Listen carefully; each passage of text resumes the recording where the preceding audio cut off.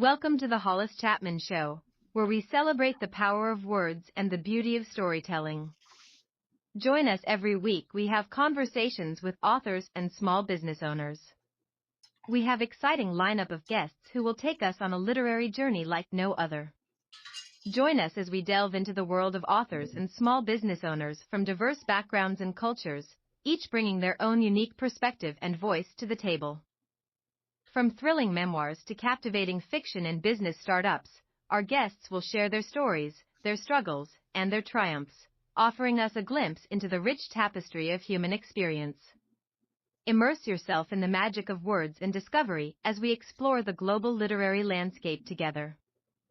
So grab a cup of tea, cozy up by the fire, and join us on this adventure of a lifetime. The Hollis Chapman Show is your ticket to a world of imagination, inspiration, and enlightenment. Don't miss out on the opportunity to connect with some of the most talented and compelling voices in literature today. Tune in and let the journey begin. Hello and welcome to the Hollis Chapman Show. I'm Hollis. Happy Tuesday to y'all. I hope everything's going well. Hey, we're all excited here in Tempe, Arizona. Why? Because it's going to rain today. Rain heavy. We like that in Tempe. All right. Our guest is in the listen mode. Janna, if you hear me, click on the link so we can get you in the speaker mode. So we want to hear you. There you go. Let's welcome our special guest here. Hi, Janna. How you doing? Janna? I can't hear you if you're talking. You're in a great, you signed in. I got you connected, but I don't hear you. Hello, Janna? I heard something there. I know she's trying. Our special guest today, boy, she's very talented. Writer. She works for, she's an actress. That's really cool. You know?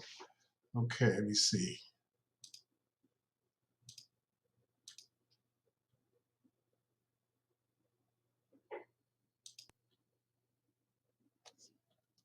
Hold on one second, guys. I'm trying to get her. Janna, you there?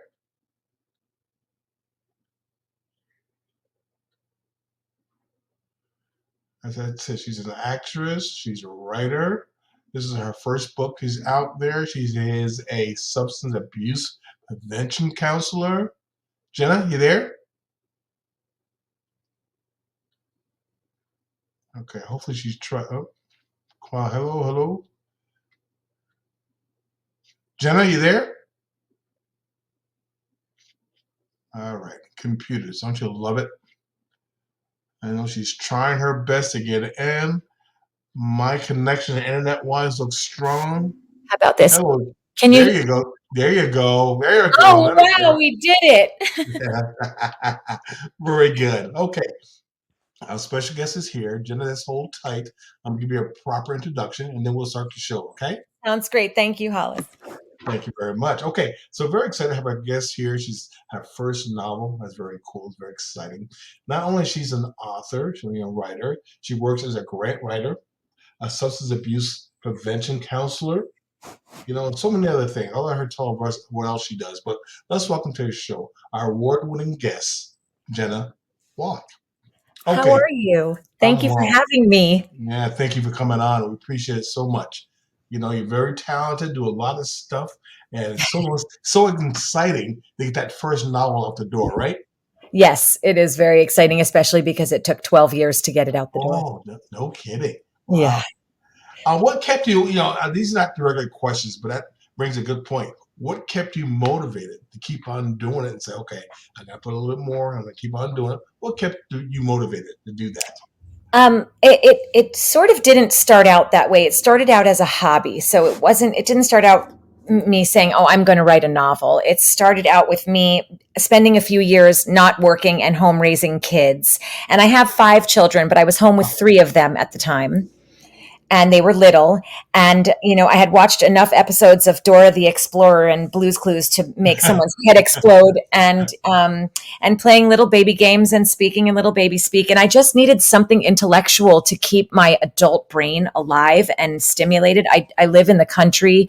So, it was kind of like raising my children in my house in the country was kind of like COVID back then because it was very isolated. And so I started writing memoirs and short stories, and I was really enjoying it. So it became something that I looked forward to. It wasn't hard to get motivated. It was my little escape from my day job and night job all night long of raising kids. And so I got excited to have that time to myself. And then as it turned into this novel and started becoming something I was really working towards, it was hard to, I was very motivated, but it was hard still to carve out the amount of time needed. So it really took a long time.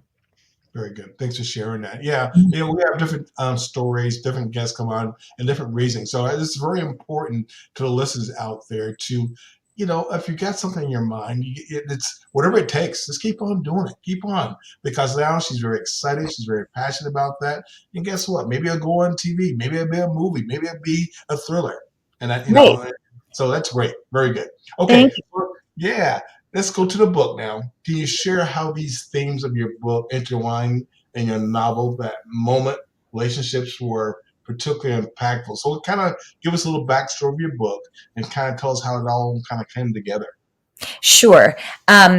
Once I started writing the novel, I started writing it kind of every day from 5 to 7 a.m. And I created these characters that at first were loosely based on my brother and I, because I had a sort of unconventional childhood where during the week I was living with my mother and my stepfather in a sort of a conventional home where I had, regular Little Debbie's in my lunches in the 1980s and Aquanet hairspray in my hair. And I went to Hebrew school and gymnastics lessons. And I, maybe caught a spanking if I misbehaved. And I had a lot of brothers and sisters and pets. And then on the weekends, I was with my dad and only my brother, who we were the two children of my mother's first marriage. And it was a completely turned that whole experience on its ear. My dad was seeking. He was spiritually seeking. He was living in a commune for a while. He was meditating with gurus.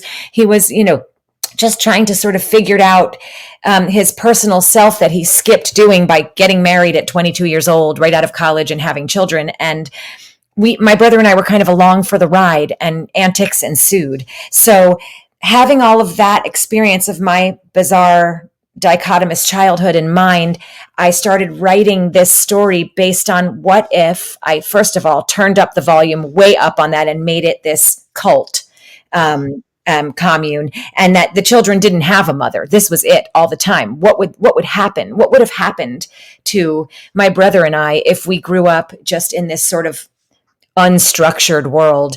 And then the characters took on lives of their own and stopped being my brother and I and started being Sienna and Siddhartha and started having their own voices. And it just kind of went from there much more easily once it wasn't me anymore and it was my world as an author. Congrats to you from coming out of that as strong and capable as you are. Because you know as well as I do, I could have went completely to the right. Could have completely went talking about, a story where it didn't turn out well. I mean, when you have a dysfunction like that, you're like, oh, geez, maybe we can go this way, maybe we can go that way. But you did very well. Thank you.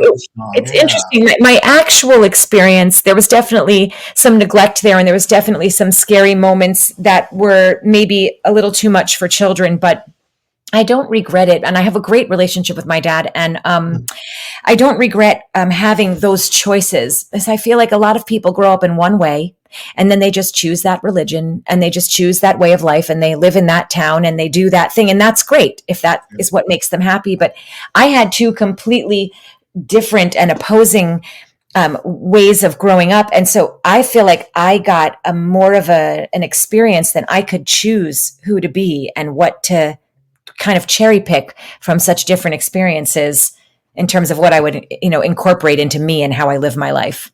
Beautiful. I'm going to tell the listeners this, and I said, don't get embarrassed. But I'm going to say, I look at your stuff this morning on Facebook and stuff like that. She just said she had 5 children. Now, if you go to her pictures and see that, you can never tell. She looks like she's 20. So one thing, you look like you're 20 years old, but you look fabulous. Beautiful head you got there. Yeah. And I can't believe you had 5 kids. That's unbelievable. So good for you. Thank you. You keep on doing what you're doing.